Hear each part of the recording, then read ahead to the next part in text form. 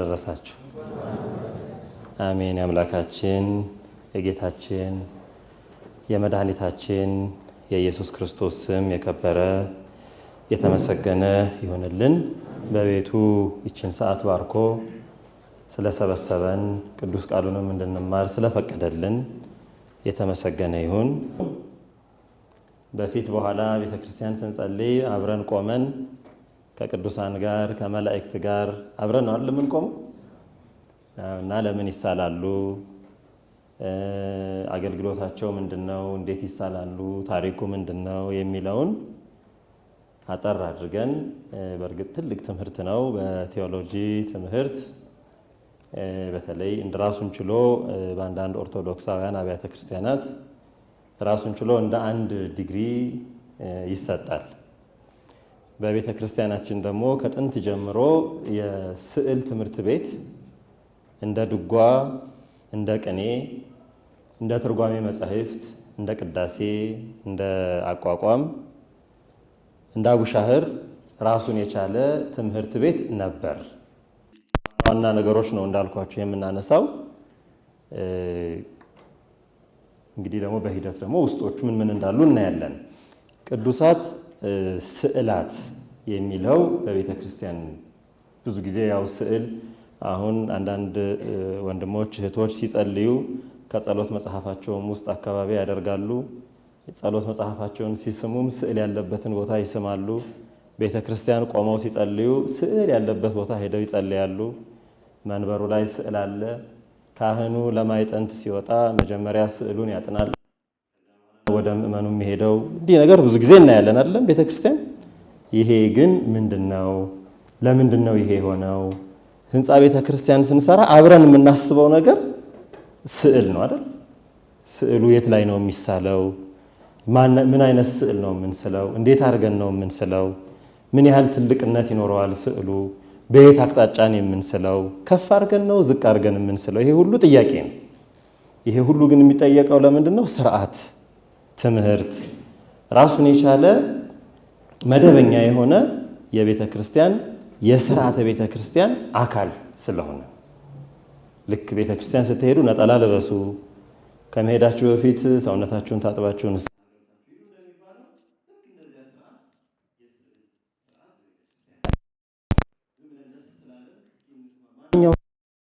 ብለን ተስማምተን አይደለም የሰራነው። የቅዱስ ጊዮርጊስን ስዕል ስንስል ሁሉ ጊዜ ቅዱስ ጊዮርጊስን እንዴት አድርገን ነው የምንስለው? ነጭ ፈረሱ ላይ ድራጎኑን ከስር አድርጎ ቤሩታዊት ከፊቱ ሆና አይደል የምንስለው? በቃ ከዚህ በኋላ ጊዮርጊስ ግን ያን ስራ ብቻ ነው የሰራው። ግን ያ አንዱ ቅዱስ ጊዮርጊስን የሚተርክ ታሪክ ስለሆነ አንዱ ስዕሉ ሆኖ በቤተክርስቲያን በታወቀ መንገድ ይሳላል። የትኛውም ዓለም ብትሄዱ ጊዮርጊስ ካላችሁ የሚሳለው ልክ እንደዚያ ሆነ። ለምን እንደሆነ በኋላ እናያለን። የኢትዮጵያ ኦርቶዶክስ ተዋሕዶ ቤተክርስቲያንን አንደኛ ትምህርተ ሃይማኖት ዶግማዋን፣ ሁለተኛ ቀኖናዋን፣ ሶስተኛ ታሪኳን፣ አራተኛ ትውፊቷን በጠበቀ መልኩ የሚሳሉ ስዕሎች ምን ይባላሉ? ቅዱሳት ስዕላት። የቤተ ክርስቲያንን ትምህርተ ሃይማኖት፣ የቤተ ክርስቲያንን ቀኖና፣ የቤተ ክርስቲያንን ታሪክ፣ የቤተ ክርስቲያንን ትውፊት እንግዲህ ብዙ ነው በውስጡ። እነዚህን ጠብቆ በእነዚህ መሰረትነት የሚሳል ስዕል ቅዱሳት ስዕላት ይባላል። ከዚህ ከወጣ ዝም ብሎ ስዕል ነው። ትምህርተ ሃይማኖትን ካልጠበቀ፣ ቀኖናውን ካልጠበቀ፣ የቤተ ክርስቲያንን ታሪክ ወይም ቤተ ክርስቲያን የምትተርከውን ታሪክ መሰረት ካላደረገ፣ ትውፊቷን ካልጠበቀ የቤተ ክርስቲያን ስዕል አይባልም። ወይም የተቀደሰ የተለየ የተባረከ ስዕል አይባልም። ግልጽ ነው። ስለዚህ ቅዱሳት ስዕላት ምንድን ናቸው? የቤተ ክርስቲያን ስዕላት ምንድን ናቸው ሲባል የመጀመሪያ ትርጉማችን ምንድን ነው? የቤተ ክርስቲያንን ሃይማኖቷን፣ ቀኖና ስርዓቷን፣ ታሪኳንና ትውፊቷን ጠብቆ የተሳለ ስዕል ማለት ነው። ግልጽ ነው አይደለም?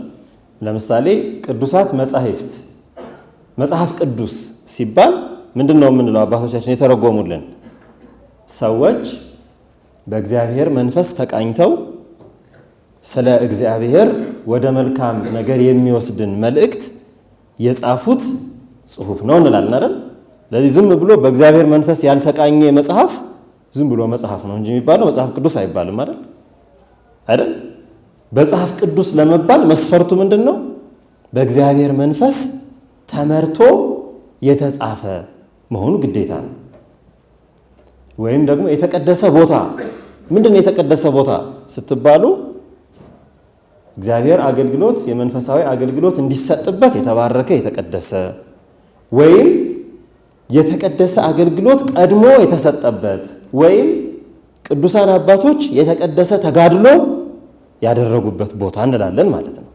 ልክ እንደዚያ ቅዱሳት ስዕላት ስንልም ዶግማን፣ ቀኖናን፣ ታሪክና ትውፊትን ጠብቀው የተሳሉ ስዕሎች ቅዱሳት ስዕላት ይባላሉ። ቅዱሳት ስዕላት በቤተ ክርስቲያን በውስጥ ግድግዳ በሸራ በብራና ሸማ እንደዚህ አይነት ሸማ ጥቅጥቅ ተብሎ ተሰርቶ ለዚህ አገልግሎት በብራና መጻሕፍት በነዋየ ቅድሳት በገበታ ላይ ይሳላሉ። የት ነው የሚሳሉት? ቤተ ክርስቲያን የውስጥ ግድግዳዋ ላይ የግድግዳ ስዕሎች ይባላሉ። በመጻሕፍት መጽሐፍ ቅዱስ የሆነ እንደሆነ ገድላት፣ ተአምረ ማርያም፣ ስንክሳር፣ ግብረ ሕማማት እንዲሁም ደግሞ ሌሎች የወንጌል መጻሕፍት የቤተ ክርስቲያን መጻሕፍት የሆኑት ላይ እንዲሁም በነዋየ ቅድሳት ላይ ከዚያ ደግሞ በገበታ ላይ ገበታ ማለት ለብቻው በእጽ ተዘጋጅቶ ስዕል ተሰርቶበት በዚያ ያ ስዕል መንበር ላይ ይቀመጣል። ምእመናን ቤታቸው ያደርጉታል፣ ጸሎት ይደረግበታል። ይሄ ስዕላት የሚሰሩበት ቦታ ነው። በትውፊት መሰረት እያንዳንዱ ስዕል ሲሰራ ሁል ጊዜ በቤተ ክርስቲያን እንግዲህ አሁን እየተለወጠ መጥቷል። ትንሽ የትምህርትና የአሰራር ለውጦች አሉ፣ በኋላ የምናነሳቸው ናቸው። ግን ገሃዳዊ ወይም ሪያሊስቲክ የሚባለው የአሰራር ሂደት ስዕሉ ልክ ተፈጥሯዊ እውነተኛ የሆነ ሰው አስመስሎ በጣም በቃ እንደው ጥላው ሳይቀር እንደው ሁሉ ጀርባው ምኑ ሁሉ ሳይቀር ተደርጎ በቤተ ክርስቲያን አይሳልም። ምሳሌያዊ ተምሳሌታዊ በሆነ በተለመደው ባለ ሁለት አቅድ ይባላል። ቱ ዳይሜንሽናል የሚባለው ትምህርት ማትስ ተምራችኋል። ኤክስ እና ዋይ ብቻ ዜድ የሌለው ማለት ነው። ዜድ አክሲስ የሌለው ኤክስ እና ዋይ ብቻ በሁለት ዳይሜንሽን ሰሌዳዊ እንለዋለን። ጠፍጣፋ ዴብስ ወይም ደግሞ ጥልቀት የሌለው ወደ ውስጥ ያልጠለቀ ሐውልት የማይመስል ወይም ደግሞ በዘመናዊው የስዕል ትርጉም ሪያሊስቲክ ናቹራሊስቲክ ያልሆነ አብስትራክትም ያልሆነ ግን ምሳሌ ያንን ነገር የምንለይበት። አሁን ቅዱስ ጊዮርጊስን ስንሰላ ምን አለን? ጊዮርጊስን የምንመስልበት የተወሰኑ የታሪኩ አካሎች አሉ አይደለም? ነጭ ፈረሱ፣ ቤሩታዊት፣ ድራጎን፣ ጦር ይዞ ይህ አሁን ጊዮርጊስ ነው ማለት ነው። ልክ ይሄንኑ አያያዝ ይዘን አሁን መርቆሬዎስን ብንሰራ ፈረሱ ጥቁር ይሆናል፣ ቤሩታዊት አትኖርም፣ ይቀየሩና ባስልዮስና ጎርጎሪዮስ ይሆናሉ። ምንድነው የገጸ ከለባት ከኋላ ይከተላሉ። ይሄ መርቆሬዎስን የምንለይበት ነው ማለት ነው። ልክ እንደዚህ ምሳሌዎቹ ከታሪኩ ጋር ትይይዝነት ያላቸውን መሰረት አድርገን እንሰራለን እንጂ በጣም ተፈጥሯዊ አድርገን የምናውቀው ጎረቤታችን እስከሚመስለን ድረስ አንሰራም። ማንን ይመስላል ይሄ ሰውዬ ወይ ማንን ትመስላለች ሴትዮ ብለን እስከምንጠራጠር ድረስ አድርገን አንሰራም። ምክንያቱም የተፈጥሯዊ ምሳሌውን ሳይሆን መንፈሳዊ ነገሩን ስለምንከተል ነው። በኋላ አነሳለሁኝ እሱ። ሁሉም የአሳሳሉ ጥበብ መሰረት የሚያደርገው የቤተ ክርስቲያንን ትምህርትና በቅዱሳት መጻሕፍት የተገለጸውን መሰረት አድርገን ነው። ዝም ብሎ ሰው እንዲሁ ፈጠራ ስዕል አይሳልም። በቤተ ክርስቲያን ፈጠራ ዝም ብሎ የፈጠራ ስዕል አይሳልም። አሁን ይሳላል አለ በዘመናዊ ሰዓሊዎች የፈጠራ ስዕል ተመራምረው ክሪኤቲቭ አርት ይባላል። በጣም ተመራምረው ብዙ ረቂቅ የሆነ ስዕል ይስላሉ። እንደዚህ አይነት ፈጠራ አይደለም የምንሰራው። ምን መሰረት አድርገን ነው? በቅዱሳት መጽሐፍት የተገለጸውን። አሁን ለምሳሌ ቅዱስ አባታችን አቡነ ተክለ ሃይማኖትን መሳል ብንፈልግ በጣም የተራቀ ርቃቄ ውስጥ ገብቶ መሳል አይችልም። ምን ማድረግ አለበት? የቅዱስ አባታችን የአቡነ ተክለ ሃይማኖትን ገድል ተአምራቱን ስለ አባታችን የሚነገረው ስለ ጻድቁ የሚነገረውን መሰረታዊ ታሪክ መሰረት ማድረግ አለበት። ዝም ብሎ ፈጠራ አይቻልም። እስኪ አሁን መንግስተ ሰማያት ምን ትመስላለች ብሎ የሆነ ሰው ዝም ብሎ በፈጠራ መንግስተ ሰማያት ይሄን ትመስላለች ብሎ መሳል አይችልም። ምን መሰረት አለበት ማድረግ አለበት? ስለ መንግስተ ሰማያት ቤተክርስቲያን የምታስተምረው ትምህርት ምንድነው? ያን መሰረት አድርጎ ነው መሳል የሚችለው። ልቦለድ ነገር መሳል አይቻልም። ስለዚህ ከምን ጋር ይጣላል? ያ ከሆነ ከትምህርቷ፣ ከቀኖናዋ፣ ከስርዓቷ ጋር ይጣላል። ስለዚህ ከዚያ ጋር የተለያየ ነገር መሳል አይቻልም። የቤተ ክርስቲያንን ትምህርት ታሪክና ትውፊቷን መሰረት ማድረግ አለበት። የተሳለው ስዕል ደግሞ ከመንፈሳዊ አገልግሎት ውጪ ከመንፈሳዊ ተልእኮ ውጪ አገልግሎት ላይ እንዲሆን ማድረግም አንችልም። ጌጥ አይደለም፣ ግድግዳ ማስዋቢያ አይደለም። አሁን ቤታችን እንደው በዚህ ግድግዳ በኩል ምን ልስቀል ብለን የሆነ ቆይ እስኪ የማንን ስዕል ብሰላ ይሻላል ተብሎ የቅዱሳት ስዕላትን ማድረግ አይቻልም። ጌጦች አይደሉም ማለት ዝም ብሎ እንደ ጌጥ ዴኮሬሽን የምንለው አለ አይደለም፣ እንደዛ አይነት ነገር አይደለም። አረ ልብሴ ልሙጥ ሆነ ልብሴ ላይ እንደው የሆነ ነገር ምን ላድርግ ብለን የምንሰራው አይደለም። አሁን ደግሞ በቅርቡ እየመጣ ያለ ይሄ ንቅሳት የሚባል እንደዛም አይነት ጌጥ ነገር አይሳልም። የሚሰሩበት ዋና ዓላማ መንፈሳዊ አገልግሎት፣ ይሄን ያዙልኝ፣ መንፈሳዊ አገልግሎት እንዲሆን ብቻ ነው የሚሳሉት። ለመንፈሳዊ አገልግሎት እንዲሆኑ ወይም ለዚህ አገልግሎት እንዲጠቅሙ። ይሄ እንግዲህ ዋና መግቢያችን ነው። መሰረታችን ቅዱሳት ስዕላትን ለመስራት መሰረታችን ምንድን ነው? አሁን ይሄንን ትምህርት ቤተ ክርስቲያን ውስጥ እንዲገባ መሰረት የሆነው ነገር ምንድን ነው? ከየት መጣ? ከየት አመጣ ነው ይሄን ትምህርት? ለምንድን ነው ስዕል ቤተ ክርስቲያን ውስጥ የምንጠቀመው? ምንጫችን መሰረታችን ምንድን ነው? ምክንያቱም በኋላ አነሳለሁ። ምንጩ ግን ከየት ነው የመጣው? እንዴት ነው ወደ ቤተ ክርስቲያን ወደ አምልኮ ስርዓት ስዕልን መጠቀም? አሁን ለምንድን ነው አንድ ሰው ለምሳሌ መጥቶ ለምንድን ነው እናንተ ስዕል ቤተ ክርስቲያን የምትጠቀሙት? ስዕል እኮ ክልክል ነው ቢላችሁ ምንድን ነው የምትመልሱት? ይሄን ተወሰኑ ምሳሌዎች ዋና ነገር ስለሆነ እናነሳለን። የመጀመሪያው ትእዛዝ በመጽሐፍ ቅዱስ በብሉይ ኪዳን የተሰጠው እግዚአብሔር ራሱ ሙሴን ያዘዘው አንድ ትእዛዝ አለ። በኦሪት ዘጸአት ምዕራፍ 25 ቁጥር 22 ኦሪት ዘጸአት ምዕራፍ 25 ቁጥር 22 ላይ እግዚአብሔር ሙሴን እንዲህ ብሎ አዘዘው። ምን አለው? በስርየት መክደኛው ጽላቷ በምትቀመጥበት የታቦቱ መክደኛ በዚያ ላይ የኪሩቤልን ስዕል ሳል። 2 ኪሩቤልን ሳል። አንድ ኪሩብ በአንድ በኩል አንድ ኪሩብ በሌላ በኩል አድርገህ ሳላቸው። ያንን ስለህ ስትስል ደግሞ ክንፋቸውን አለው። አሳሳሉን ነው ይነግ ተመልከቱ እንዴት አድርጎ እንደነገረው ክንፋቸውን እንደሚናተፍ ዶሮ አድርገህ ሳል አለ። ዶሮ ሲናተፍ አይታችሁ ታውቃላችሁ? አውራ ዶሮ ሲጣል ክንፉ እንደዚህ አድርጎ አይታችሁ ታውቃላችሁ? ነው አለ። ዶሮ አላየንም እንዳትሉ፣ ሱፐርማርኬት ነው ያየነው እንዳትሉ። ልክ እንደዚያ ማለት ነው። አሰራሩን ራሱ ሳይቀር ነገረው ማለት ነው። እንዴት አድርጎ መሳል እንዳለበት ማን ያዘዘው? እግዚአብሔር። ከዛ በኋላ ደግሞ ምን መሰለህ? ሳል ብቻ አይደለም ያለው፣ በሁለቱ መካከል ሆኜ አነጋግርሃለሁ። አንተ ትጠይቀኛለህ፣ እኔ እመልስልሃለሁ። የምትፈልገውን ነገር ሁሉ በሁለቱ መካከል ሆኖ በዚያ እንገናኛለን፣ እንነጋገራለን አለው። ማን ያዘዘው? እግዚአብሔር። የት ነው ያለው ቦታው? ኦሪት ዘጸአት ምዕራፍ 25 ቁጥር 22። አሁን ለምንድን ነው መሰላችሁ ይሄን የጠቀስኩት? በኦሪት ዘጸአት በተመሳሳይ መጽሐፍ ምዕራፍ 20 ላይ በዘጸአት ምዕራፍ 20 ላይ እግዚአብሔር ለሙሴ 10 ሕግጋትን ሰጥቶታል። ከ10ሩ ሕግጋት የመጀመሪያው ሕግ ምን ይላል? ከኔ በቀር ሌሎች አማልክትን አታምልክ። አታምልክ ይለውና ማምለክ ምን እንደሆነ ያብራራለታል። በሰማይ ካለው በምድር ካለው በባህር ውስጥም ካለው የተቀረጸ ምስል ለአንተ አታድርግ።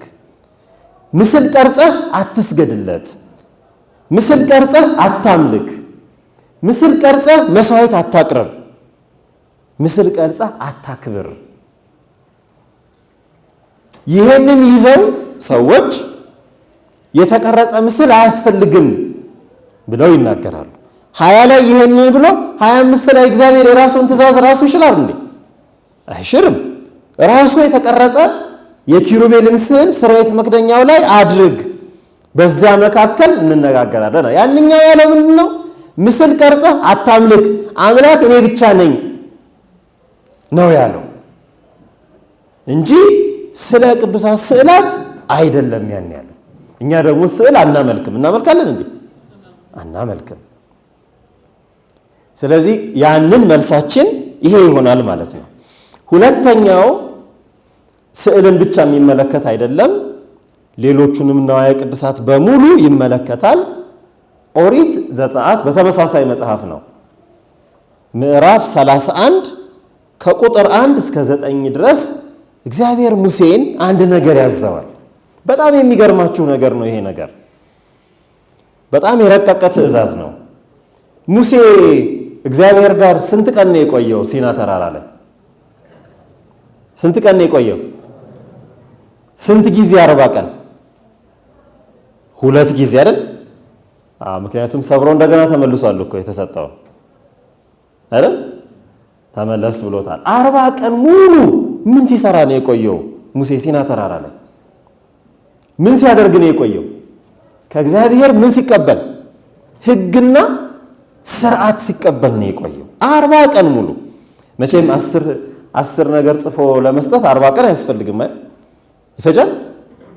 10 ሕግ ጽፎ ለመስጠት ያውም እኮ ነባር ናቸው፣ በጽሁፍ ያሉም በህሊና የተጻፉ ናቸው አይደል? ግን 40 ቀን ቆየ። 40 ቀንና 40 ሌሊት ሳይበላ ሳይጠጣ 40 ቀን 40 ሌሊት ጾሟል። ያንን ሁሉ ጾሞ እግዚአብሔር ለሙሴ ብዙ ትእዛዝ ሰጥቶታል፣ ብዙ ነገር ነግሮታል። ይሄን መንገሩን የምታውቁት የት ላይ መሰላችሁ? ምዕራፍ 31 ላይ ነው። 40 ቀን መውጣቱን የምታገኙት ምዕራፍ 10 ላይ ነው። ከዚህ በኋላ ምን ይለዋል እግዚአብሔር? ስማ ይለዋል ሙሴን። ከእስራኤል ነገዶች ውስጥ ከ2 ነገድ 2 ሰው በስም ጠርቻለሁ ይለዋል። 2 ሰው ከዳንና ከኡሪ ቤተሰብ የሚሆኑ ባስልኤልና ኤልያብ የሚባሉ 2 ሰዎች በስማቸው ጠርቻቸዋለሁ ይለዋል። ሙሴን ነው እግዚአብሔር የሚለው። ኦሪት ዘጸአት ምዕራፍ 31 ላይ በስማቸው ጠርቻቸዋለሁ። እነዚህ ሰዎች ጠቢባን ናቸው። ስዕል ይችላሉ፣ ቅርጽ ይችላሉ፣ የእጅ ስራ ይችላሉ፣ ጎበዞች ናቸው፣ የእጅ ሙያ አላቸው። እነዚህ ሰዎች ልባቸው ጠቢባን፣ ጥበብን የያዘ ጠቢባን ናቸውና በዛ ላይ ጥሩ ሰዎች ስለሆኑ መርጫቸዋለሁ። ልክ አንተን ለክህነት አንተና አሮንን ለክህነት እንደጠራኋችሁ እነሱን ደግሞ ለሌላ ስራ ፈልጋቸዋለሁ ይለዋል ሙሴን እግዚአብሔር። የኔን ጥበብ ይላል እግዚአብሔር በእነሱ ልብ ውስጥ አስቀምጣለሁ። ጥበቤን በጥበበኞች ልብ ውስጥ አስቀምጣለሁ። ከዛ በኋላ ይላል በጣም አስደናቂ ነገር ነው። የእግዚአብሔር ቤተሰቦች፣ የእግዚአብሔር ልጆች፣ በጣም አስደናቂ ነገር። ለአንተ በሲና ተራራ ያሳየሁትን እነሱ ይሰሩልሃል። አይገርምም? ስዕሉን እንዴት አድርጎ ቤተ መቅደሱ እንዴት እንደሚሰራ ያሳየው ለማን ነው? ለሙሴ። ለማን ነው ያሳየው? ለሙሴ። የሚሰሩት ማን ናቸው? ባስልኤልና ኤልያብ። ያንን ሁሉ የቤተ መቅደስ መጋረጃ፣ ተቋመ ማኅቶት፣ መስዋዕት፣ የዕጣን መሰዊያ፣ የሚቃጠለውን ነገር መሰዊያ፣ የታቦቱን፣ የስርየት መክደኛውን፣ ጽላቱን እንኳን ራሱ ነው የሰጠው። የአሮንን ልብስ አልባሳቱን በሙሉ ከሊቀ ካህናቱ እስከ ቤት ጠራጊው ሌዋዊ ድረስ የሚለብሰው ልብስ በሙሉ እንዴት እንደሚሰሩ ከዛ በኋላ ዕጣኑን፣ ዘይቱን፣ ማክበሪያውን ሁሉ እንዴት አድርገው እንደሚሰሩልህ እኔ ልባቸው ውስጥ አስቀምጣለሁ። ለአንተ ያሳየሁትን እነሱ ይሰሩታል። አስደናቂ ነው አይደል? ተመልከቱ። እግዚአብሔር የጥበብ አባት፣ ጥበብ የባህሪው የሆነ ትልቁ የሥነ ጥበብ አባት ምንጭ እግዚአብሔር ራሱ ነው። ጥበቤን በጥበበኞች ልብ አኖራለሁ አለ። ጥበቤን በጥበበኞች ልብ። ለዚያ ስራ ደግሞ ማንን ፈልጓል? መርጦ። ስለዚህ ማንም ሰው ንዋየ ቅድሳት ሰሪ መሆን አይችልም። ማንም ሰው ተነስቶ ስዕል ሰሪ መሆን አይችልም። ማንም ሰው ተነስቶ የቤተ ክርስቲያን ልብስ ሰሪ መሆን፣ እግዚአብሔር ሊጠራው ይገባል። ይሄ የእግዚአብሔር ስርዓት ነው። እግዚአብሔር እሱ የሚገለገልበትን ነገር በሙሉ በጥንቃቄ መርጦ ለማን ነግሮታል? ለሙሴ ነግሮታል። ስለዚህ ዛሬ ቤተ መቅደስ የምንገለገልባቸው ጽንሃው፣ መስቀሉ፣ ማይጠንቱ፣ ኩስኩስቱ፣ የቤተ መቅደስ ነዋያት በሙሉ የኛ የፈጠራ ውጤት አይደሉም። የኛ ልብ ወለዶች አይደሉም። ማን ነው እነዚያ እንደዚያ ሆኖ እንዲሰሩ ያዘዘው? እግዚአብሔር ነው። እግዚአብሔር እሱ የሚገለገልበትን ነገር የሰራው ማን ነው? ያዘዘው ማን ነው? ራሱ ነው። አባ ጊዮርጊስ ምን አሉ? ስብሐቲሁ እምኀቤሁ ወውዳሴሁ እምዚአሁ። ምስጋናው የራሱ ነው፣ ውዳሴው እሱ ራሱ ነው የሰራው። ጡት ከሚጠቡ ሕፃናት ምስጋናን አዘጋጀ። ተመልከቱ፣ ራሱ ነው የሚያዘጋጀው። እኛ በእኛ ልብ ወለድ ነገር አይደለም የሚገለገለው፣ እሱ በፈቀደው መንገድ ነው እግዚአብሔር የሚገለገለው። ስለዚህ ቤተ ክርስቲያን የምንሰራው ነገር በሙሉ የኛ ውጤት አይደለም፣ የእግዚአብሔር ፈቃድ መገለጫ ነው። የዚህ መደምደሚያ ምንድን ነው? ስዕልም ይሁን ንዋየ ቅድሳት በሙሉ የማን ፈቃድ ውጤቶች ናቸው? የእግዚአብሔር ፈቃድ ውጤቶች ናቸው። እግዚአብሔር ነው ያዘዘን እንደዚያ እንድናደርግ ማለት ነው። ለዚህ ምንጫችን ትልቁ መጀመሪያው ይሄ ነው። አሁን ይሄ ብዙ ጊዜ የምታዩት የስርየት መክደኛው ኪሩቤል እንደሚናተፍ ዶሮ ሆኖ ክንፋቸውን አጋጥመው የተሰሩበት ተብሎ የሚሰራው ብዙ ጊዜ ይሄን የቤተ ክርስቲያን ሊቃውንት በእርግጥ የጥንቶቹ አባቶች ይሄን አይቀበሉ። ምንድን ነው የሚሉት? ቅርጽ ሳይሆን ራሱ ላይ የተሳለ ስዕል ነው የሚሉት። ራሱ ሰሌዳው ላይ እንደዚህ ቅርጽ ውጥት ያለ ቅርጽ ሳይሆን ራሱ ላይ መክደኛው ላይ ክዳኑ ላይ የተሳለ የተቀረጸ፣ ልክ ወገቡ ላይ እንደምታዩት ማለት ነው። እላዩ ላይ ተቀርጾ ወርቅ ከላዩ ላይ አድርጎበታል፣ በወርቅ ለብጦታል። እንደዚያ ነው ብለው ይላሉ። ግን ያው ብዙ ጊዜ ይህን ስለምታዩት ዋናው በስርየት መክደኛው ማለት በታቦቱ መክደኛ ላይ ይሄን የተደረገው ለማለት ነው። ሶስተኛው የሶሎሞን ቤተ መቅደስ ነው በብሉይ ኪዳን። ይሄ በጣም አስደናቂ ንባብ ነው። በሁለተኛ ዜና መዋዕል ካልዕ ምዕራፍ 3 ከቁጥር 1 እስከ 12 ይሄ ጽሑፍ ተጽፏል። ሰለሞንም የእግዚአብሔርን ቤት ይሰራ ዘንድ የጣለው መሰረት ይህ ነው። ርዝመቱም በድሮው ስፍራ 60 ክንድ ወርዱም 20 ክንድ ነበር። በቤቱም ፊት የነበረው ወለል ርዝመቱ እንደ ቤቱ ወርድ 20 ክንድ ቁመቱም 20 ክንድ ነበር። ውስጡም በጥሩ ወርቅ ለበጠው። ታላቁንም ቤት በጥድ እንጨት ከደነው፣ በጥሩ ወርቅም ለበጠው። የዘንባባና የሰንሰል አምሳል ቀረጸበት። ይህ ሐረግ ማለት ነው። አሁን አትሮሎሱ ላይ እንደምታዩት ማለት ነው። ሐረግ አረገበት፣ እንደ የወይን ሐረግ አይነት ማለት ነው። ቤቱንም በዕንቁ አስጌጠው፣ ወርቁንም የፈርዖንም ወርቅ ነበር። ቤቱንም ሰረገሎቹንም መድረኮቹንም ግንቦቹንም ደጆቹንም ሁሉ በወርቅ ለበጠ። በግንቦቹ ላይ ኪሩቤልን ቀረጸ ይላል። ማን ፈቀደለት? የእግዚአብሔርን ቤት እየሰራ ነው አይደለም? ብዙ ሊቀ ካህኑ ሳዶቅ አለ፣ አዛርያስ አለ፣ በጣም ብዙ ሌዋውያን ሊቃነ ካህናት አሉ። ከየት አየው? እንዴት አድርጎ በምን መሰረትነት ያን አደረገ? ምን አደረገ ይላል? ኪሩቤልን አደረገ። ዝቅ ብሎም ቅድስተ ቅዱሳኑንም ሰራ። ርዝመቱም እንደ ቤቱ ወርድ 20 ክንድ ወርዱም 20 ክንድ ነበር። 60 መክሊት የሚያህል በጥሩ ወርቅ ለበጠው። የምስማሮቹንም ሚዛን 50 ሰቅል ወርቅ ነበር። የደርቡንም ጓዳዎች በወርቅ ለበጠ፣ አስጌጠው የእግዚአብሔርን ቤት። ለዚህ ነው አባቶቻችን አሁን የእግዚአብሔርን ቤት ሲሰሩ በጥሩ ሁኔታ ለእግዚአብሔር ቤት ስለሆነ እሱ የሚመለክበት ክብሩን ለመግለጽ ነው። በእውነት የእግዚአብሔር ክብር ምን ያህል ከፍ ያለ እንደሆነ ለመግለጽ ነው ያን ሁሉ የሚያደርገው። ከዛ በኋላ በቅድስተ ቅዱሳኑ ውስጥ ከእንጨት ስራ 2 ኪሩቤልን ሰራ። ተመልከቱ፣ ውስጥም ሰራ ኪሩቤልን፣ በወርቅ ለበጣቸው። የኪሩቤልም ክንፎች 20 ክንድ ሙሉ ዘርግተው ነበር።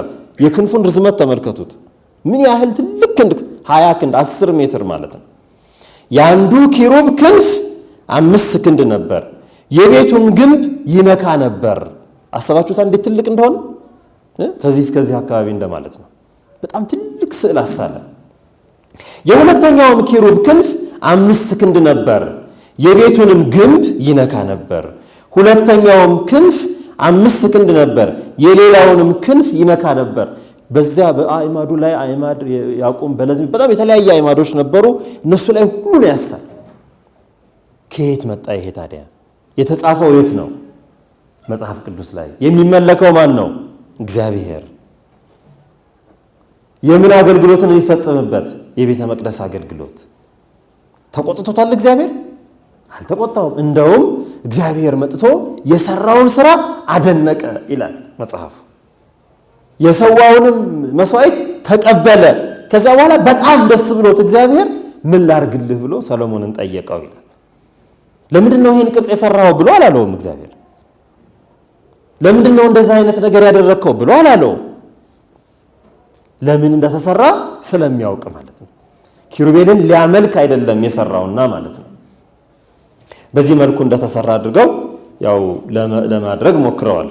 እዚህ ጋር የምታዩት ወደ ጥግ ላይ የምታዩት የኪሩቤሎቹ የሁለቱ ኪሩብ ክንፎች ናቸው። ሶስተኛው በእርግጥ ይሄኛው እንኳን ብዙ እንትን እንዳይላችሁ ግን የጥቅሱን ብቻ ነግራችኋለሁ። ሕዝቅኤል ያየው ራእይ ነው። ሕዝቅኤል ያየው ራእይ ነው።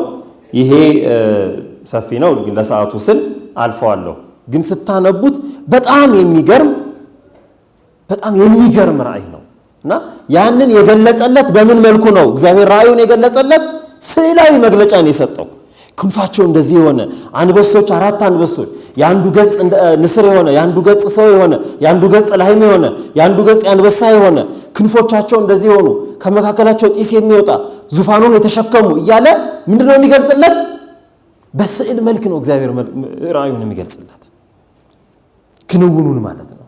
ስለዚህ በቅዱሳት መጻሕፍትም በማናቸውም በቤተ ክርስቲያን አገልግሎት ምንጫችን መጽሐፍ ቅዱስ ነው። ከመጽሐፍ ቅዱስ ወጥተን ወይም ከእግዚአብሔር ከነቢያት ከአበው ከመሳፍንት ከነገሥቱ ፊት ወጥተን የሰራነው ነገር አይደለም። ግልጽ ነው። ይሄን ጠቅላላ ለማድረግ በብሉይም ኪዳን ይሁን በሐዲስ ኪዳን እነዚህ መሰረታዊ ነገሮች አሉ። ስነ ፍጥረቱ የእግዚአብሔር ስነ ፍጥረት እስኪ የመጀመሪያውን የኦሪት መጽሐፍ አንብቡት። በጣም የሚገርም ነገር ነው የምታዩት። እግዚአብሔር ምን አይነት ስነ ፍጥረት እንደሰራ ቀለሙን አስቡት። የስነ ፍጥረቱን ቀለም የቀረ ቀለም አለ። የስነ ፍጥረቱን ቅርጽ አስቡት። ተራራውን፣ ሸለቆውን፣ ወንዙን፣ ሸንተረሩን፣ ሜዳውን፣ በረሃ ቆላውን፣ ደጋውን እንዴት አድርጎ እንደሰራው የእግዚአብሔር ጥበብ በስነ ፍጥረቱ ተገልጿል። የማይታወቀው የማይታየው አምላክ በሚታየው ስነ ፍጥረት ለፍጥረቱ ይታወቃል ብሎ ቅዱስ ጳውሎስ እንደተናገረው። ከዚያ ቀጥሎ እግዚአብሔር አዟል። ይህን አድርግ፣ ኪሩብን ሳል፣ ኪሩብን ስራ ብሎ አዞታል። ከዚያ የተሰራውን ደግሞ ተቀብሏል። እግዚአብሔር ሰሎሞን የሰራውን ተቀብሏል። በቀለም በህብር በስምምነት በቅርጽ በተሰራውን ነገር በሙሉ እግዚአብሔር ተቀብሏል። ስለዚህ ጥበብ የባህሪው የሆነ አምላክ ጥበብን ሊጠላ አይችልም። እንደውም ጥበቤን በጥበበኞች ውስጥ አስቀምጣለሁ ነው ያለው። ግልጽ ነው አይደለም? እሺ፣ ምንድነው አገልግሎታቸው? ይሄ እንግዲህ በጣም መሰረታዊው እንድትይዙት በጣም ውስኑን ነው ያስቀመጥኩት። አገልግሎቱ ምንድነው? ቤተክርስቲያን ይሁን በቤታችን ይሁን በየትኛውም ቦታ ስዕል ስናይ ምንድነው አገልግሎቱ? ለምንድነው የምንጠቀመው? የመጀመሪያው ሁላችሁም በደንብ የምትስማሙበት ስዕል ቋንቋ ነው።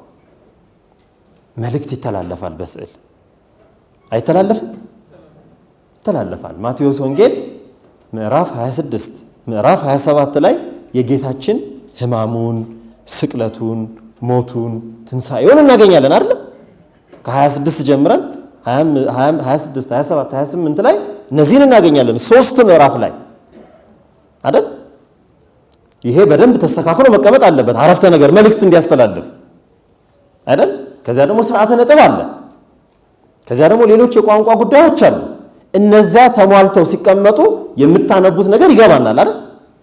በንባብ የተሰጠ ልክ እንደዚያ ስዕልም ቀለም አለው፣ ቅርጽ አለው፣ ስምምነት ህብር አለው።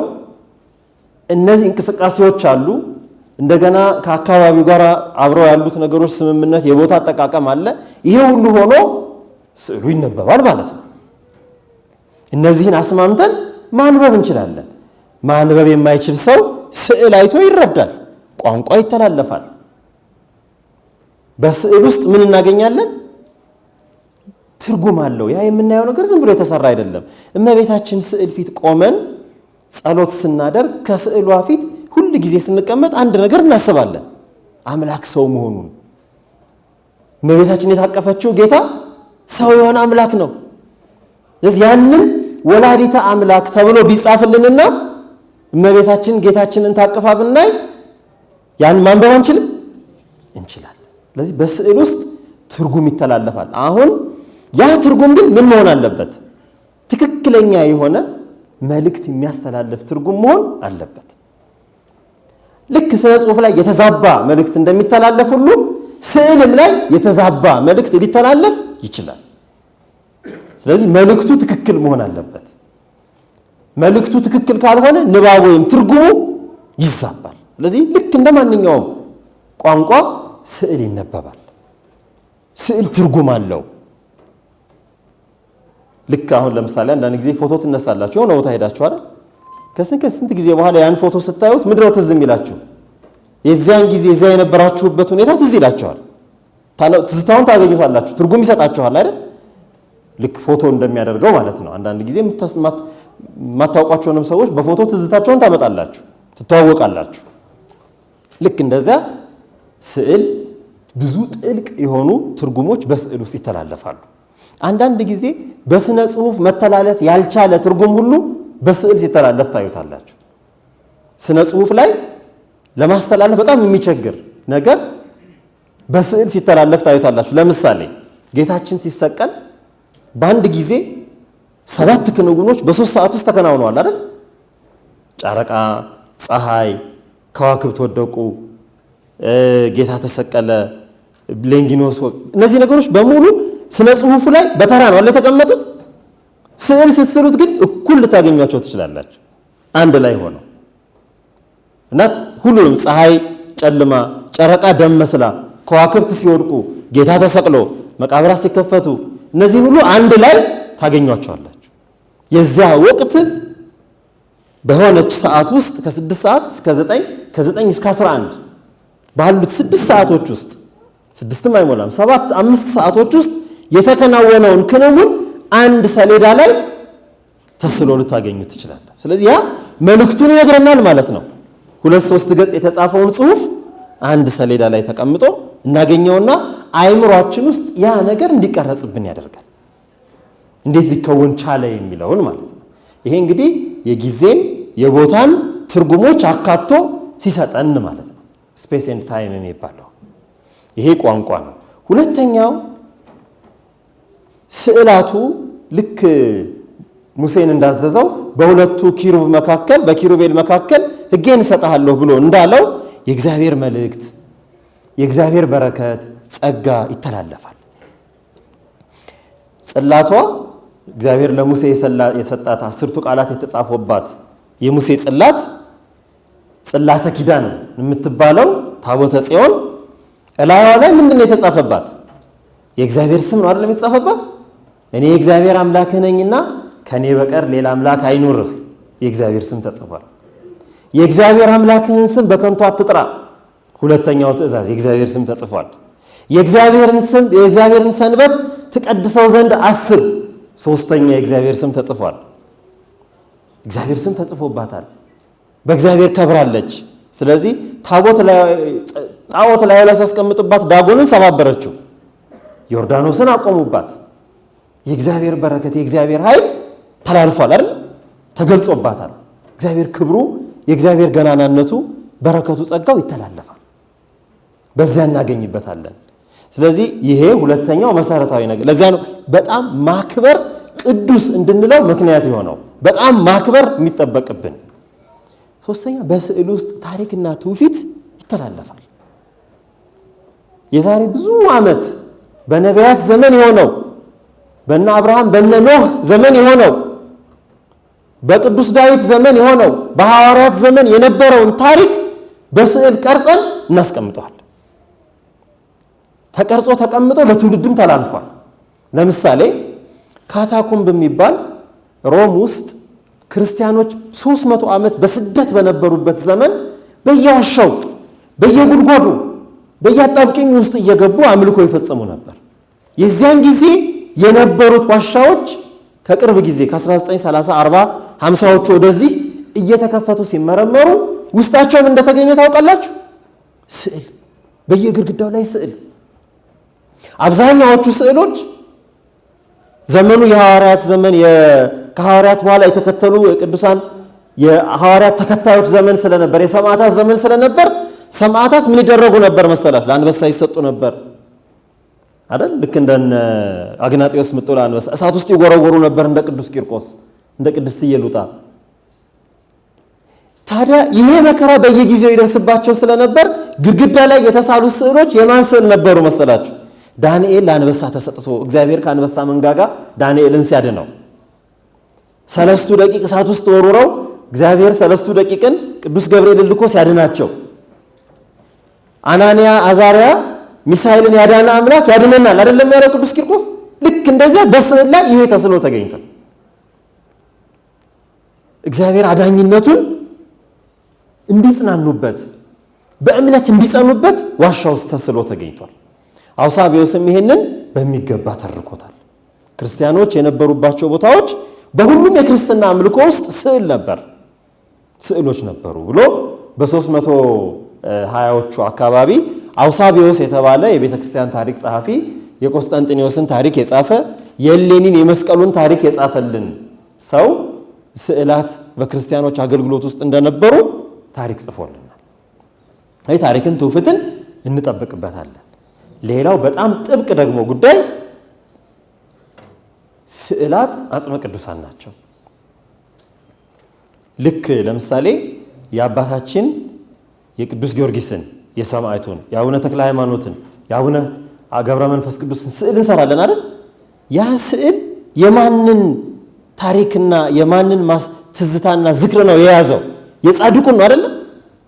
አይደል? በቃ ልክ ለምሳሌ አቡነ ተክለ ሃይማኖት የለበሱትን አጽፍ ካባቸውን ብናገኝ የምናከብረውን ያህል የአባታችንን ስዕል ማክበር አለብን። ልክ የዚያን ያህል የቅዱሳኑን ስም፣ ምስል፣ ዝክር የያዘ ስለሆነ እናከብራለን። የዚያ የነሱ ዝክር ማስታወሻ አካል ነው። ልክ እንደ ዳዊታቸው፣ መስቀላቸው፣ ልብሳቸው፣ አጽማቸው ስዕሉም ይከበራል። የዚህ አካል አድርገን ነው ስዕሉን ስናከብር። አሁን ይሄን እንግዲህ ጠበቅ አድርጋችሁ ስታዩት ታዲያ ጥያቄ አይኖርም ማለት ነው። ኮፍያ ላይ እጠቀመዋለሁኝ ወይ? ደረቴ ላይ ስነቀሰዋለሁኝ ወይ? በየመታው ለጥፈዋለሁኝ ወይ የሚለው ነገር ጥያቄ አይሆንም። ክብር የሚገባው በጥንቃቄ ልናከብረው የሚገባ ትልቅ ጉዳይ ነው።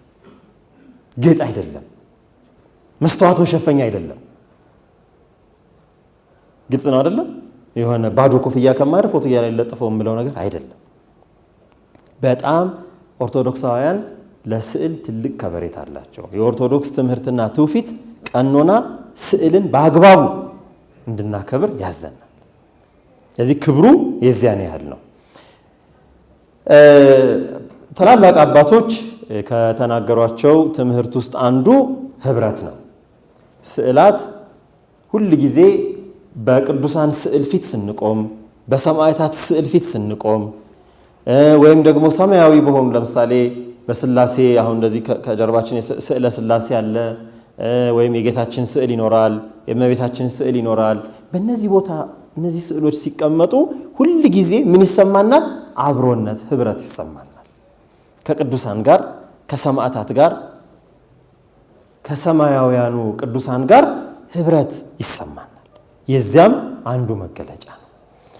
ቅድም ያልኳችሁ ስርዓተ ቤተ ክርስቲያን ማንኛውም የቤተ ክርስቲያን ለምሳሌ ትንሣኤ ከሆነበት ጊዜ ጀምሮ እስከ ዕርገት ድረስ የትንሣኤ ስዕል በጣም ከፍ ተደርጎ ይታያል።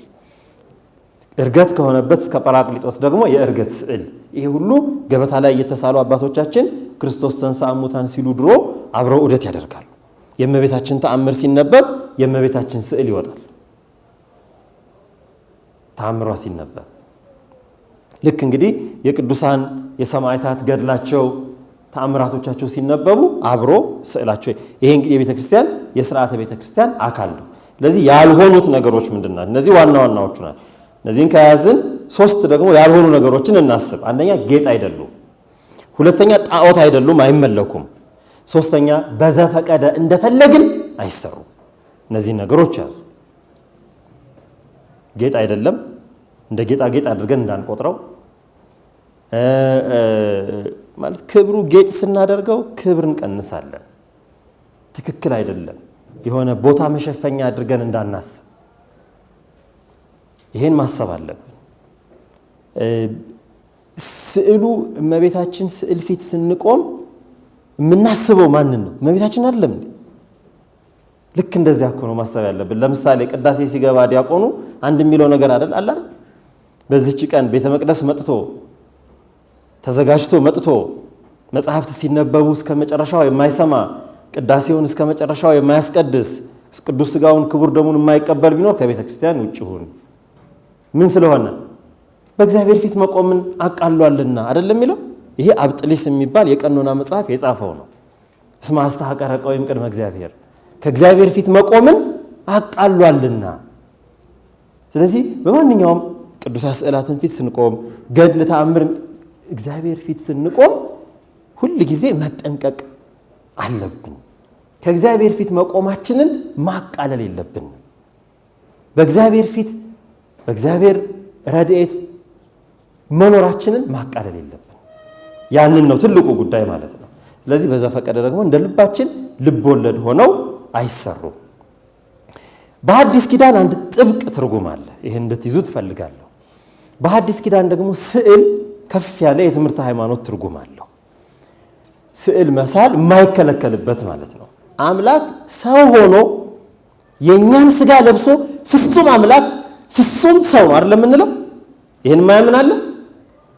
መድኃኒታችን አምላካችን ጌታችን ክብር ይግባውና ንጉሳችን ኢየሱስ ክርስቶስ ከእመቤታችን ከሥጋዋ ሥጋ ከነፍሷ ነፍስ ነስቶ ፍጹም ሰው ሆኗል። አምላክነቱ ሳይለወጥ ከአምላክነቱ ሳይጎድል ፍጹም አምላክ ፍጹም ሰው እንላለን። ሰው የሆነ አምላክ እንላለን። በእኛ ቅዱስ አባ ሕርያቆስ አየነው ሰማነው ብሏል። ስለዚህ ስዕል መሳል ካልቻልን ወይም አያስፈልግም ካል አምላክ ሰው አልሆነም ማለትን እንዳንዳፈር መጠንቀቅ ይኖርብናል። ሰው አምላክ ሆኖ አምላክ ሰው ሆኖ በእኛ መካከል እስከታየ ድረስ እንስላለን። የሰማነውን እንደጻፍነው ያየነውን ደግሞ እንመሰክራለን። በዚያ መንገድ ማለት ነው። ስለዚህ ይሄ አንዱ ጉዳይ ነው። ስለዚህ በረከትን፣ ታሪክን፣ ትውፊትን እንዳሉ ሆነን እስኪ በሐዲስ ኪዳን 3 ታሪኮችን እናንሳ። የመጀመሪያው ታሪክ የቅዱስ ሉቃስ ታሪክ ነው። በሐዲስ ኪዳን በቤተ ክርስቲያን ታሪክ ቅዱስ ሉቃስ ምን ተደርጎ ነው የሚቆጠረው? የመጀመሪያውን አምላክ ሰው የሆነበትን የእመቤታችን ስዕል ማለት ስዕለ ሥጋዌ አምላክ ሰው የሆነበትን ነገር የሚነግረን ነው። ወላዲተ አምላክ እግዝእትነ ቅድስት ድንግል ማርያም ምስለ ፍቁር ወልዳ ከልጇ ከወዳጇ ጋር ተብሎ ነው የተሰራው። ስዕለ አድኅኖ ይላሉ አባቶቻችን። ድህነት ለመፈጸም ለሰው ልጅ ድህነትን ሊሰጥ አምላክ ሰው መሆኑን። ለዚያ ነው አባቶቻችን ለእመቤታችን ስዕል ልዩ ክብር ያላቸው። ለድህነታችን ከሚሰጡት ትርጉም ነው። ከድህነት በላይ ምንም ነገር ስለሌለ ከድነት በላይና ያን የሚገልጽልን ስዕል ስለሆነ አምላክ መምጣቱ ለምንድን ነው የመጣው? እኛን ለማዳን፣ እኛን መስሎ መምጣቱን ለማሳየት ወልደ አብ በመለኮቱ ወልደ ማርያም በትስብእቱ ብለን አምላክ ሰው መሆኑን የምንገልጽበት የሚመሰክር ስዕል። ያንን ስዕል ቅዱስ ሉቃስ እንደሰራው በሁሉም ኦርቶዶክስ አብያተ ክርስቲያናት በጥንታውያኑ አባቶቻችን ይታመናል። እና ቅዱስ ሉቃስን ሲስሉ ሁል ጊዜ በኦርቶዶክሳውያን የሚሳለው ቅዱስ ሉቃስ እመቤታችንን ሲስል ነው። በወንጌል ላይ የሉቃስ ትርጉም አለ፣ ሉቃስ የሚመሰልበት አለ። ግን ልክ እንደ ቅዱስ ጊዮርጊስ እንደ አቡነ ተክለ ሃይማኖት ከክንፋቸው ጋር እንደሚሰሩት ወይም አቡነ ገብረ መንፈስ ቅዱስ ከአናምርትና ከቆራ ይሄ አይናቸውን ሊያፈስ ከመጣው ቆራ ጋር አሞራው ጋር አብረው እንደሚሰራው ወይም አቡነ አረጋዊ ከዘንዶ ጋር እንደሚሰሩት ልክ ቅዱስ ሉቃስ ሲሳል እመቤታችንን ሲስል ይሳላል። ቅዱስ ሉቃስ የመጀመሪያውን የእመቤታችንን ስዕል እንደሳለ በቤተ ክርስቲያን ታሪክ ይታወቃል። ይሄም በብዙ ዘመን ለብዙ የታሪክ ጸሐፊዎች ጽፈውታል። ቅዱስ አባታችን አባ ጊዮርጊስ ዘጋስጫም ሰላም ለስዕልኪ እንተ ሰአላ በእዱ ሉቃስ ጠቢብ ወንጌላውያን አሃዱ ብለው በመልክዓ ስዕላቸው ተናግረውታል። ቅዱስ ሉቃስ ከወንጌላውያን አንዱ የሆነው ለሳለው ስዕልሽ ሰላምታ ይገባል፣ ሰላምታ ቀርባለሁ ብለው በሰዓታት ድርሰት መልክዓ ስዕል በሚባል ራሱን የቻለ ድርሰታቸው ላይ ደርሰውታል። ለዚህ በቤተ ክርስቲያን ታሪክ ብዙ አሁን የስዕል ታሪኮች ስታዩ በጣም በሰፊው የምታገኙት ቅዱስ ሉቃስ የእመቤታችንን ስዕል እንደሳለ ነው። ይሄ በጣም ጥንታዊ በጣም ሰፊ የሆነ ታሪክ ነው። ሁለት ከነዚህ ቅዱስ ሉቃስ ከሳላቸው ከሚባሉት ስዕሎች ውስጥ የተወሰኑ ስዕሎች በኢትዮጵያ በሀገራችን እንዳሉ የቤተ ክርስቲያን ታሪክ ይናገራል። ከነዚህ ቦታዎች ይሄ የምታዩት ደብረ ዘመዶ የምትባል ጀመዶ ማርያም የምትባል ቦታ እዚህ ዞብል ሰሜን ወሎ የእመቤታችን የስዕል ክብረ በዓል ግንቦት 1 የልደቷ ጊዜ እንዴት አድርገው እንዳወጣት ተመልከቱ። አባቶች ስዕሏል አያችሁ እንዴት እንደሚያከብሩ ይታያቸዋል። ለሁላችሁ እንዴት አድርገው ሶስት አባቶች ስዕሏን ይዘው በመጎናጸፊያ ተሸፍነው ሁሉም ሕዝብ ዞሮ በጣም በሚገርም ሁኔታ ከበሮ እየተመታ መለከት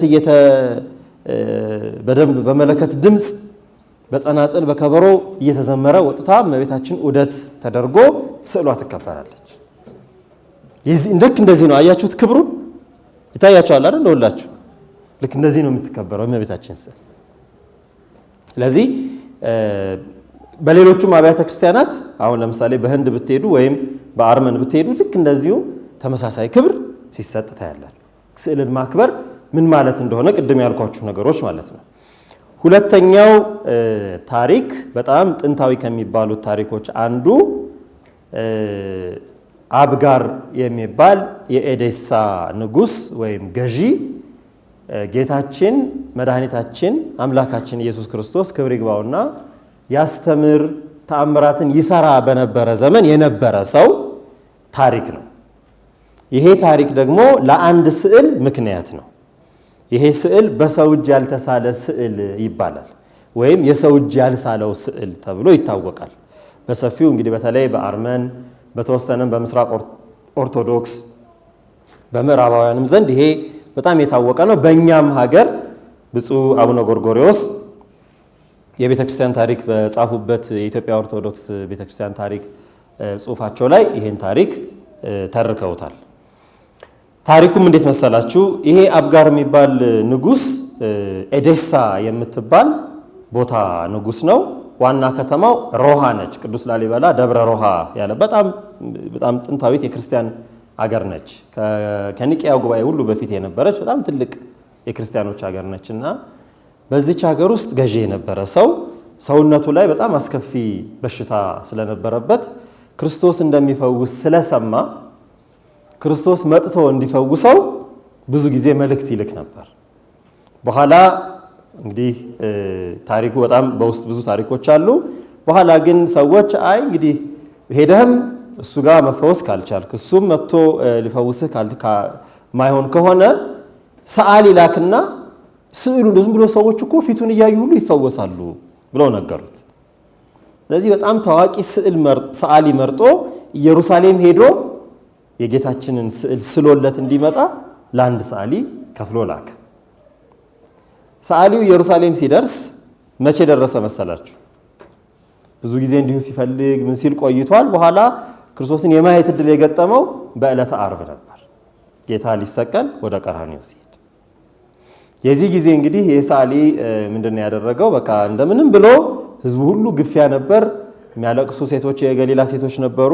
ይህን ሁሉ አልፎ ሲደርስ ፊቱ ተጎሳቅሎ የደበደቡት ሲገርፉት አክሊለ ሦክ ሲያደርጉበት የነበረው ሌሊት አልፎ ስለነበር ፊቱ ተጎሳቅሎ ያገኛል። ለዚህ ማየት አልቻለም በደንብ። ለዚህ ምን አደረገ? ካዘጋጃቸው ሸማዎች አንዱን በውሃ ጨምቆ ከፊት ያለ አንድን ሰው እባካችሁ ፊቱን ጥረጉልኝ ብሎ ላከ እና ፊቱን ሲጠርግ ክርስቶስ የልቡን የሚያውቅ አምላክ የሁሉ ገዢ የሆነ የሁሉ የበላይ የሆነ መድኃኒታችን የፊቱን ምስል ጨርቁ ላይ አድርጎ ሰጠው ይላሉ። እና ይሄ ስዕል ሰው ያልሳለው ስዕል ተብሎ ይታወቃል። በዚህ ጊዜ ያው እንግዲህ ስዕል ወደ ኤዴሳ ሄዶ ንጉሱ ተፈውሶበት ያ ሰውዬ ከዛ በኋላ የክርስቶስ የአምላክነቱ የጥበቡ ሁሉ ነገር ደንቆት ከዛ በኋላ እሱም ከሐዋርያት ሁሉ አንዱ እንደሆነ ብዙ ታሪክ አለ። ከዚያ ይሄ ስዕል እንግዲህ በሂደት በኢትዮጵያ ኦርቶዶክስ ቤተክርስቲያን ኩርዓተ ርዕሱ የምንለው ስዕል በግሪኮች ደግሞ አሂዮፎቴ ይባላል። ይሄ በሰው እጅ ያልተሳለ ስዕል ማለት ነው። ክብሮት እንደሆነ የቤተክርስቲያን ታሪክ ደግሞ ብዙ ታሪኮች አሉ። የሆነ ሆኖ እነዚህ በጣም ጥንታዊ በጣም ብዙ ታሪኮች አሉ። በጣም ብዙ የሚገርማችሁ በየአብያተ ክርስቲያናቱ በህንድ ብትሄዱ በሶሪያ ብትሄዱ ብዙ ጥንታዊ የቤተክርስቲያን ታሪክ የስዕል ታሪኮች አሉ። የሆነ ሆኖ እነዚህ ሁሉ ምንድናቸው? የኛ የቤተክርስቲያን የኦርቶዶክሳውያን ስዕልን የመጠቀም ትውፊታችን ዝም ብሎ እንደው የልብ ወለድ ታሪክ ሳይሆን ከብሉይ ኪዳን ከዚያም በሐዲስ ኪዳን ከሐዋርያት ዘመን ከዚያም ቀጥሎ ባሉት የሐዋርያት ተከታዮች ዘመን ድረስ እየተከታተለ የመጣ ያልተቋረጠ ታሪክ መሆኑን ነው። ስለዚህ በቤተ ክርስቲያን በህንፃ ቤተ ክርስቲያን፣ በቅዱሳት መጻሕፍት፣ በነዋየ ቅድሳት፣ በገበታ ላይ ይሳላሉ። ሲሳሉ ስርዓት ተጠብቆ እያንዳንዱ ስዕል የሚሳልበት የራሱ ስዕል የራሱ ስርዓት አለ። በአገልግሎት በክብር ለአገልግሎት እንዲውሉ ሆነው ይቀመጣሉ እንጂ ዝም ብሎ እንግዲህ ቅድም እንዳልኳቸው አይሆንም። በአብዛኛው ምን አይነት ስዕሎች ነው የምንሰራው? ስዕሎቻችን አርዕስቶቻቸው፣ ትረካዎቻቸው ምን ላይ ያተኮሩ ናቸው? በአብዛኛው ያሉት የቤተ ክርስቲያን ስዕሎች ስነ ፍጥረት እግዚአብሔር ዓለምን ሲፈጥር አዳም ከገነት ሲባረር እመቤታችን የምህረት ኪዳነ ምህረት ሆና ለአዳም ስትሰጠው አንቲ ውእቱ ተስፋው ለአዳም አመ ይሰደድም ገነት ብሎ ከገነት አዳምን ሲያባረረው አብሮ ምን ይሳላል መሰላችሁ? እመቤታችንን በሩቁ እየጠቆመው እግዚአብሔር ከልጅ ልጅህ ተወልጄ አድንሃለሁ ብሎ ተስፋ ሰጥተው ነው ከገነት የተባረረው። ተስፋ አይደለም? ተስፋ ተቀብሎ አይደለም? ሳይባረርም ደግሞ ኦሪት የምትለን ነገር አለች አይደለም? ምዕራፍ 3 ምዕራፍ 4 ላይ እንግዲህ አዳም ከኛ እንዳንዱ ሆነ ይላል አይደለም? ምን ማለት ነው? የአዳም ስጋ ከሶስቱ አካላት አንዱ አካል የሆነ ወልድ በተለየ አካሉ ከመቤታችን ከስጋዋ ስጋ ከነፍሷ ነፍስ ነስቶ እንደሚለብሰው መናገሩ ነው። ያ ተስፋ ነበር።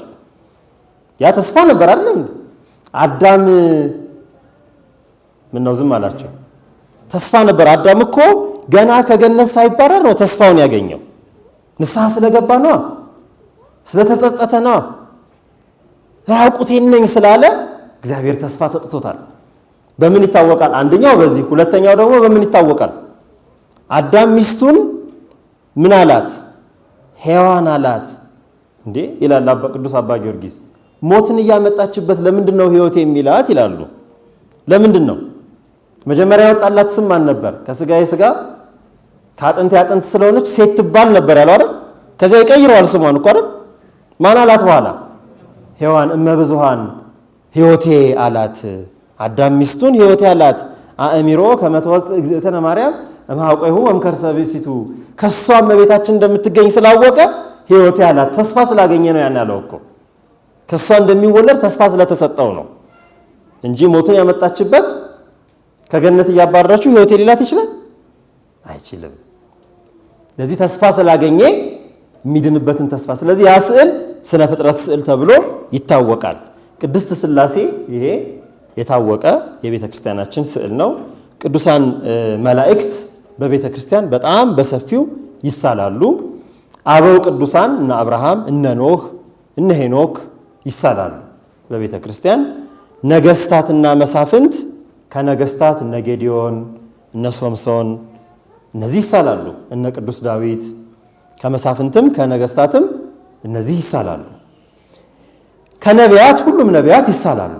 እነ ኢሳይያስ፣ እነ ኤርምያስ፣ እነ ዳንኤል እነዚህ ሁሉ ይሳላሉ በቤተ ክርስቲያን። የእመቤታችን ታሪክ በብሉይ ኪዳን እነዚያ ናቸው የሚሳሉት።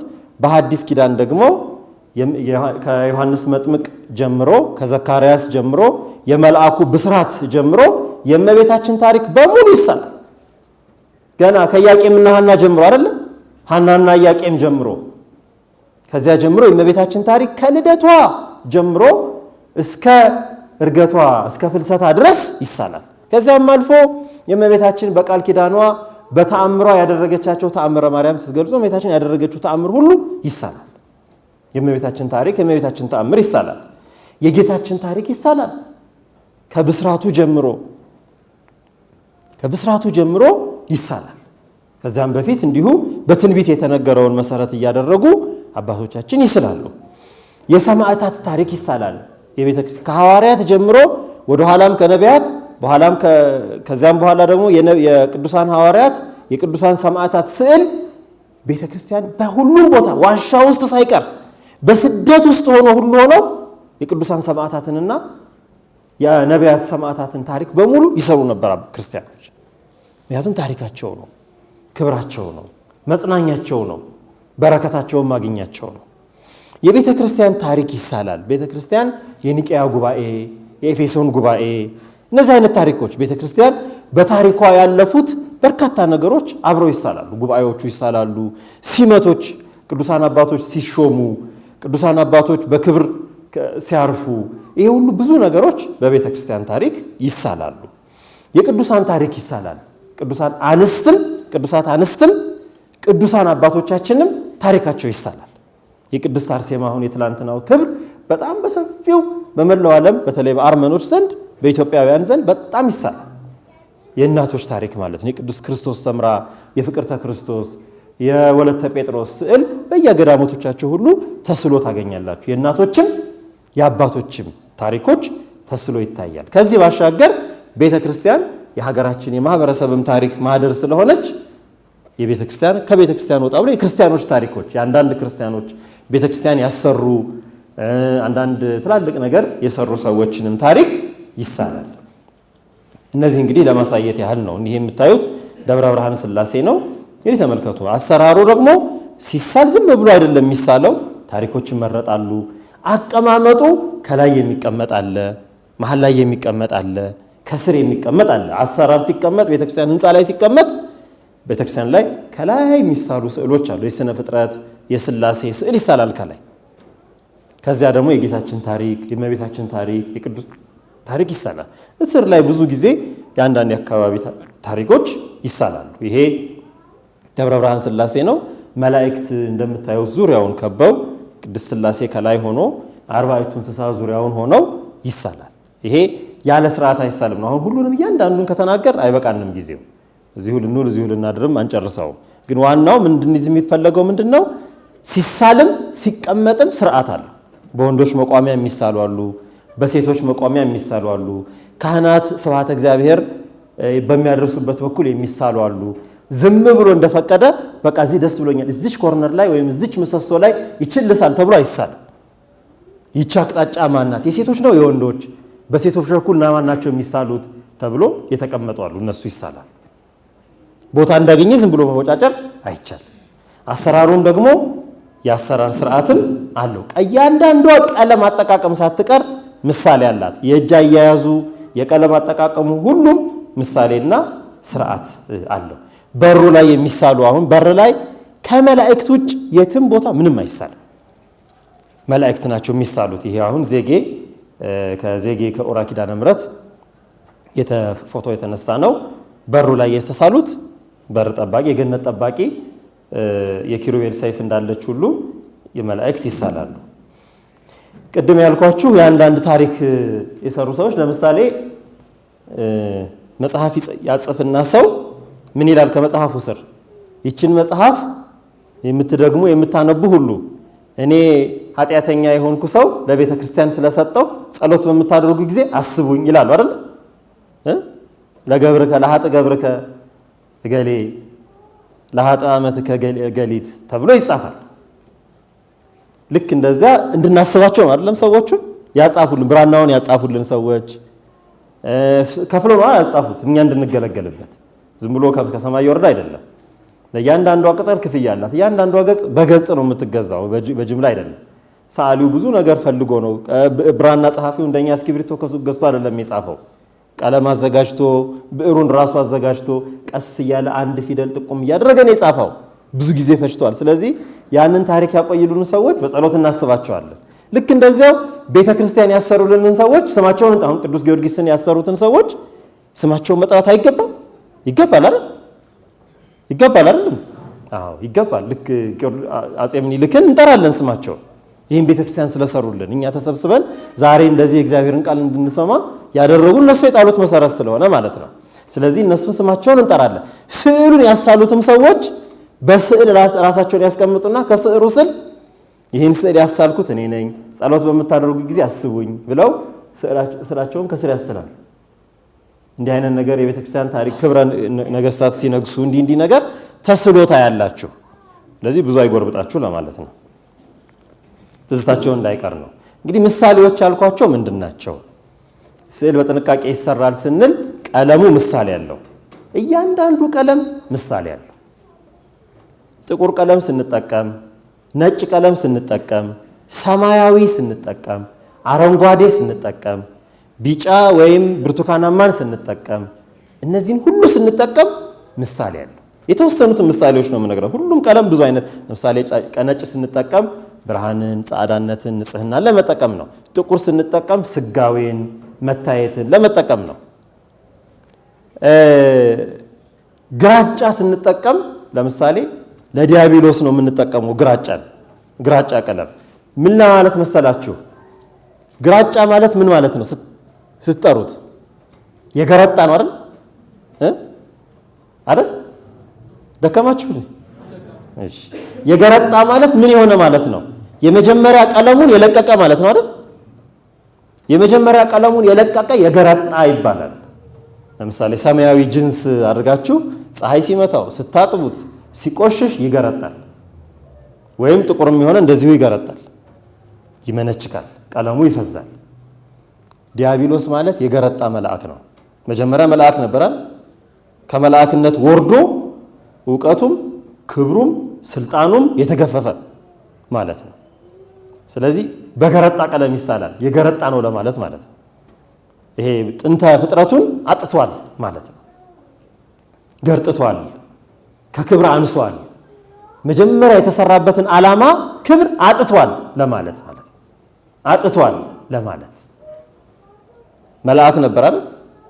ከዚያ በኋላ ግን ከመላእክት ክብር ወረደ፣ ከሹመቱ ተቃለለ፣ ከእውቀት ጎደለ፣ እንደውም ጭራሽ ታሰረ። እንዲህ አይነት በጥባጭ ሲሆን ማሰር ስለሆነ ማለት ነው። እና ታሰረ፣ በእሳት ውስጥ ተጣለ። ያንን ለማሳየት ግራጫ ቀለምን ይጠቀማሉ። ሌላ ቦታ ላይ ደግሞ ግራጫን ከተጠቀሙ ትርጉሙ ሌላ ሆኗል ማለት ነው። ሰማያዊ ስናይ ክብር ነው፣ ልዕልና ነው፣ ምስጢር ነው። ቢጫ ስናይ ብሩህነት ነው፣ ተስፋ ነው፣ ፍቅር ነው። ቀይ ስናገኝ ሰማዕትነት ነው፣ ተጋድሎን ነው፣ ጽናትን ነው። እና እነዚህ ሁሉ ምን አላቸው? የቀለም ምሳሌ ይባላል። የምንጠቀምበት ቦታ ያን ምሳሌ ጠብቆ ነው የሚሳለው። ሁለተኛው ምሳሌ ደግሞ ምልክቶች ናቸው። እጅ ላይ የምታያቸው ምልክት፣ አይን ላይ የምታያቸው ምልክት፣ ፊት ሲሳል፣ ክብ ሲሳል፣ ሞላላ ሆኖ ሲሳል፣ አራት ማዕዘን ሆኖ ሲሳል፣ ሶስት ማዕዘን ሆኖ ሲሳል፣ ይሄ ሁሉ የራሱ የሆነ ትርጉም አለው።